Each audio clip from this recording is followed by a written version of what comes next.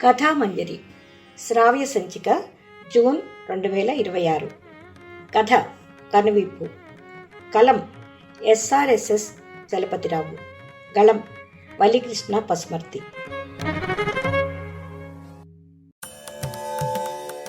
సమయం ఉదయం 8 గంటలు. సోఫాలో కూర్చొని ల్యాప్టాప్లో పనిచేసుకుంటూ అమ్మా ఇంకా ఎంతసేపు అని గట్టిగా పిలుస్తున్న రమేష్కు ఇదిగోరా వస్తున్నా అంటూ వేడి కాఫీ తెచ్చి కొడుక్కి అందించింది అనసూయమ్మ. పక్కన సోఫాలో కూర్చొని సెల్ ఫోన్లో ఏదో చూస్తూ నవ్వుకుంటోంది కోడలు సునీత. కొడుక్కి కాఫీ ఇచ్చి తిరిగి వంటింట్లోకి వంట చేయడానికి వెనక్కి తిరుగుతున్న ఆవిడతో, నేను ఆఫీస్ క్యాంటీన్లో భోజనం చేస్తాను, నీ కోడలు ఇవాళ ఇంట్లో ఉండి పనిచేస్తుంది, ఏమి తింటుందో అడిగి వంట చెయ్యమ్మా అని పురమాయించి తన పనిలో మునిగిపోయాడు. సునీత ఇవేమీ పట్టించుకోకుండా ఫోన్లోకి చూడటంలో మునిగిపోయి ఉంది. అనసూయమ్మ కోడల వైపు చూస్తూ నిలబడింది. ఒక 5 నిమిషాలు గడిచాక తన పనిలోంచి తలెత్తి చూసిన రమేష్ ఇంకా నిలబడి ఉన్న అనసూయమ్మ వైపు చూసి, సునీత, అమ్మకి ఏదో ఒకటి చెప్పొచ్చు కదా, పని చేసుకుపోతోంది అని 2 సార్లు పిలిచాక మొబైల్లోంచి తలపైకెత్తి చూసి, కూరలు ఏమున్నాయో చూసి ఏదో ఒకటి చేయమనండి, నాకు మాత్రం సాంబారు అప్పడాలు కావాలి అని చెప్పి మళ్ళీ మొబైల్లోకి చూడడం మొదలుపెట్టింది. విన్నావుగా అమ్మా అని రమేష్ మళ్ళీ తన పనిలో మునిగిపోయాడు. అనసూయమ్మ గారు నెమ్మదిగా వంటింటి వైపు అడుగులు వేసింది. రాఘవరావు గారు ఒక బాధ్యతాయుతమైన ఉద్యోగం చేసి రిటైర్ అయ్యారు. జీవితంలో ఎన్నో అనుభవాలతో తలపండిన మనిషి. తను ఉద్యోగంలో ఉండగా సహోద్యోగులతో ఒక కాలనీలో చిన్న ఇల్లు కట్టుకొని విశ్రాంతి జీవితం గడుపుతున్నారు. 65 ఏళ్ల వయసులోనూ ఆయన నడకలో ఆ టీవీ, మాటలో ఆ గాంభీర్యం తగ్గలేదు. ఆయన భార్య అనసూయమ్మ. ఆ ఇద్దరిది ఒక చిన్న ప్రపంచం. దగ్గరలోని గుడికి వెళ్ళడం, మిత్రులతో కాసేపు ముచ్చటించడం, దూరంగా ఉన్న బంధువులతో మిత్రులతో అప్పుడప్పుడు ఫోన్లో కుశల ప్రశ్నలు, ఇలా వారి జీవితం ఎంతో హాయిగా ప్రశాంతంగా సాగిపోయేది. వారి కొడుకు రమేష్ సిటీలో సాఫ్ట్వేర్ ఇంజనీరు. కోడలు సునీత కూడా ఒక కంపెనీలో HR మేనేజర్. వారికి 2 పిల్లలు. పండగలకు పప్పాలకు కొడుకు ఫోన్ చేయడం తప్పితే రాఘవరావు గారికి సిటీ జీవితంతో సంబంధాలు పెద్దగా ఉండేవి కాదు. ఒకరోజు రమేష్ నుండి ఫోన్ వచ్చింది. నాన్న, ఇక్కడ పిల్లల్ని చూసుకోవడం చాలా కష్టమైపోతోంది. డే కేర్ సెంటర్లో వేస్తే వాళ్ళు సరిగ్గా పట్టించుకోవడం లేదు. నాకు ఆఫీసు పనుల మీద చాలా ఊళ్ళకి వెళ్లాల్సి వచ్చింది. సునీత ఒక్కతే ఉండాల్సి వస్తుంది. మీరు అమ్మ ఇక్కడికి వస్తే మాకు తోడుగా ఉంటుంది అని ప్రాధేయపడ్డాడు. అనసూయమ్మ కొడుకు మనవాళ్ల మీద బెంగతో, వెళ్దామండి, మన పిల్లలే కదా అని భర్తను ఒప్పించింది. పల్లెటూరి వాతావరణం నుంచి వచ్చిన అనసూయమ్మకి కొంత మమకారాలు ఎక్కువే. అందులోనూ కొడుకంటే పిచ్చి ప్రేమ. రాఘవరావు గారికి మనసులో ఏదో మూల సందేహం ఉన్నా భార్య మాట కాదనలేక ఉన్న ఇంటికి తాళం వేసి సిటీకి వెళ్ళడానికి సిద్ధమయ్యారు. హైదరాబాదులో కొడుకు నివసిస్తున్న ఆ పెద్ద అపార్ట్మెంట్లో అడుగుపెట్టిన వారికి కొత్తలో అంత బాగానే అనిపించింది. మనవళ్ళు తాత, బామ్మ అంటూ చుట్టూ తిరుగుతుంటే అనసూయమ్మ మురిసిపోయింది. మానవులకి వేళకి కంచంలో అన్నం కలిపి పెట్టడం, ఖాళీ సమయాల్లో వాళ్ళకి చిన్న చిన్న కథలు చెప్పడం, పద్యాలు నేర్పడం లాంటివి చేస్తూ ఆనందించేది. రాఘవరావు గారు కుదిరినప్పుడల్లా వాళ్ళని బయటకు తీసుకెళ్ళేవారు. కానీ ఆ సంతోషం ఎంతో కాలం నిలవలేదు. రమేష్, సునీత పొద్దున్నే ఆఫీసులకు వెళ్ళిపోతే తిరిగి వచ్చే వరకు పిల్లల బాధ్యత, వంట పని, ఇంటి పని అంతా అనసూయమ్మ మీదే పడేది. పని మనిషిని పెట్టుకుందాం అంటే సునీత, అత్తయ్య గారు ఉన్నారు, నేను ఉన్నాను, ఇంకెందుకు పని మనిషి, అయినా బయట వాళ్ళు చేసే పని శుభ్రంగా ఉండదు అని తెలివిగా తప్పించేసింది. కానీ సునీత ఇంటి పనిలో కలగ చేసుకునే సందర్భాలు చాలా అరుదుగా ఉండేవి.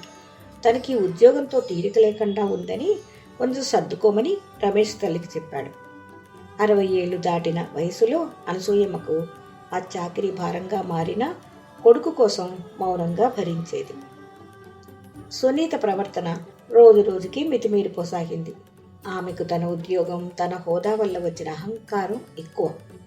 ఇంటికి రాగానే అత్తగారిని పలకరించడం మానేసి, వంట ఇంకా కానట్లుందే, పిల్లలు స్నానాలు చేయలేదా అని లోపాయికారిగా ప్రశ్నిస్తూ ఉండేది.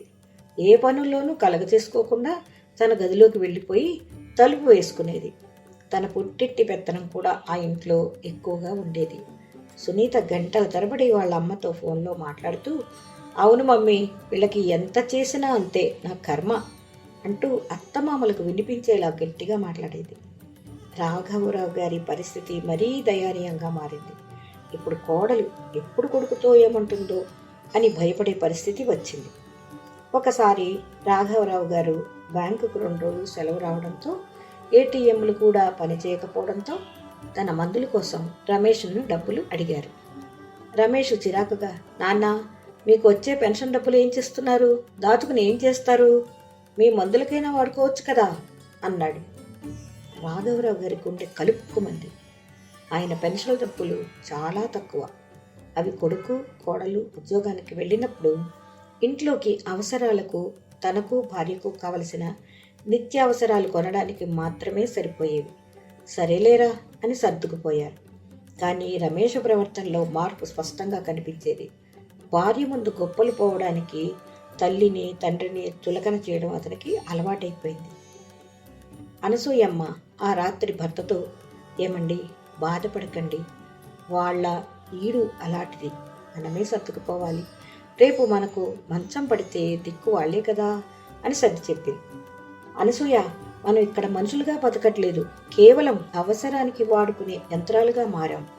మనవాళ్ళు పెద్దవాళ్ళయ్యారు, ఇప్పుడు మన అవసరం కూడా వాళ్ళకి తగ్గిపోయింది, అందుకే ఈ చిన్న చూపు అని ఆవేదన వ్యక్తం చేశారు రాఘవరావు గారు. ఆ రోజు ఉదయం రాఘవరావు గారు పేపర్ చదువుతుంటే అక్షరాలు సరిగ్గా కనిపించలేదు. కళ్ళజోడు పాతపడిపోయింది, గీతలు పడ్డాయి. రమేష్ ఆఫీస్కి వెళ్ళడానికి రెడీ అవుతున్నాడు. సునీత సోఫాలో కూర్చుని ఫోన్ చూసుకుంటోంది. రాఘవరావు గారు నెమ్మదిగా కొడుకు దగ్గరకు వెళ్ళారు.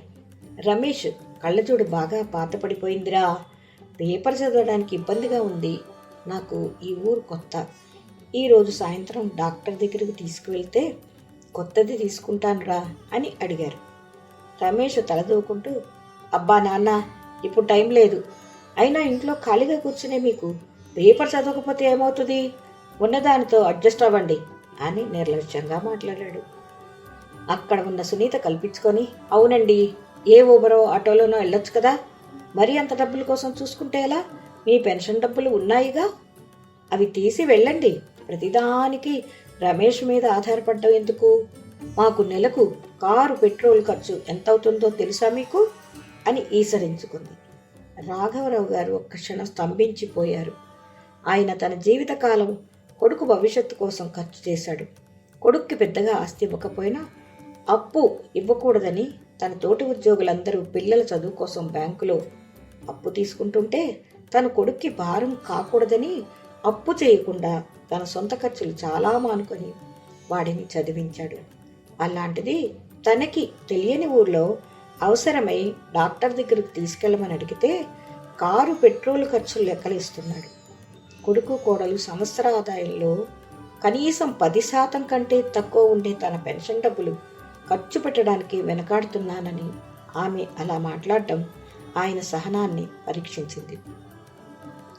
అంతలో రమేష్, విన్నారుగా నాన్న, సునీత చెప్పింది నిజమే కదా, అనవసరమైన ఖర్చులు తగ్గించుకోండి అంటూ నవ్వుతూ జోక్ చేశాడు. అంతే, రాఘవరావు గారిలో ఇన్నాళ్లుగా అణిచిపెట్టుకున్న ఆవేదన, ఆక్రోశం ఒక్కసారిగా కట్టలు తెంచుకున్నాయి. అది కోపం కాదు, ఆత్మాభిమానం రగిల్చిన మంట. ఆయన సింహం లాంటి గాంభీర్యంతో కొడుకు ముందుకు నడిచారు. పటాక్! ఇల్లంతా దద్దరిల్లేలా రమేష్ చెంప మీద రాఘవరావు గారి చేయి పడింది. ఆ దెబ్బకి రమేష్ చేతిలోని బ్రీఫ్ కేస్ కింద పడింది. సునీత నోటమాట రాక షాకుతో లేచి నిలబడింది. హాల్లో నిశ్శబ్దం రాజ్యమేలుతోంది. రాఘవరావు గారు కొడుకు కళ్ళలోకి సూటిగా చూస్తూ గర్జించారు. రేయ్, నేను ఇక్కడికి వచ్చింది అడుక్కోవడానికి కాదురా, నా కొడుకు మీద ప్రేమతో, నా మనవళ్ల మీద మమకారంతో వచ్చాను. నేను రిటైర్ అయ్యింది ఉద్యోగం నుండి మాత్రమే, నా బాధ్యతల నుండి కాదు, నా ఆత్మగౌరవం నుండి అంతకన్నా కాదు. ఆయనే సునీత వైపు తిరిగి, అమ్మా సునీత, నేను బ్యాంకు సెలవుల సమయంలో తెచ్చుకోవడానికి కుదరక అవసరమై అడిగిన డబ్బు మీకు భారంగా అనిపించిందా? నువ్వు నీ భర్త ఈ హోదాలు అనుభవించడానికి నేను కరిగించిన నా జీవితం మీకు ఎప్పుడూ లెక్కలోకి రాలేదా? ముసలివాళ్ళం కదా అని మౌనంగా ఉంటే మమ్మల్ని పనిమనుషుల కంటే హీనంగా చూస్తారా? రమేష్ చెంప పట్టుకొని, నాన్న నేను అని నీళ్లు నమలసాగాడు. మాట్లాడకు రమేష్, రాఘవరావు గారు వారించారు. నీ భార్య అహంకారం, నీ పిసినార్తనం, మీ ఇద్దరి స్వార్థం ఇవన్నీ చూస్తూ కూడా ఇన్నాళ్ళు భరించాను. ఎందుకో తెలుసా? రేపు మేము మంచం పడితే మీరు చూస్తారని కాదు, నా కొడుకు ఎప్పటికైనా మారతాడు అని. కానీ ఈరోజు అర్థమైంది మీరు మారరు అని అంటూ ఆయన లోపలికి వెళ్ళి వణుకుతున్న అనసూయమ్మ చెయ్యి పట్టుకొని బయటికి తీసుకువెళ్లారు. పద అనసూయ, మనకు ఈ కాంక్రీట్ గోడల మధ్య ఊపిరి ఆడటం లేదు. మన పాత ఇల్లు, ఆ స్వేచ్ఛే మనకి 1000 రెట్లు మిన్న. రేపు మంచం పడితే ఎవరు చూస్తారనే భయంతో ఈరోజే చస్తూ బతకడం నాకు ఇష్టం లేదు. దిక్కులేని వారికి దేవుడే దిక్కు. మనకి కృత్రిమంగా ఉండే బంధం అక్కర్లేదు. రక్త సంబంధంతో వ్యాపారం నాకు నచ్చదు. నాకు మనశ్శాంతి ఉంటే చాలు అని దృఢంగా చెప్పారు.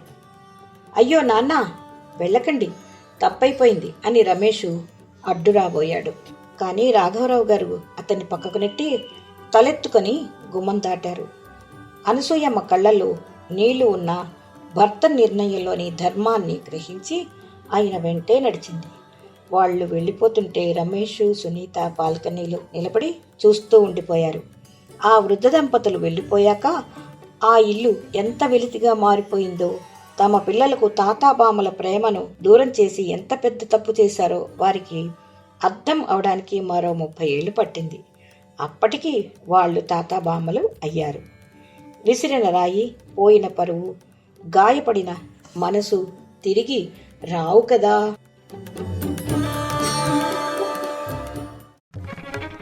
కథామంజరి శ్రావ్య సంచిక జూన్ 2026. కథ కనువిప్పు. కలం SRSS చలపతిరావు. కలం వల్లికృష్ణ పసుమర్తి.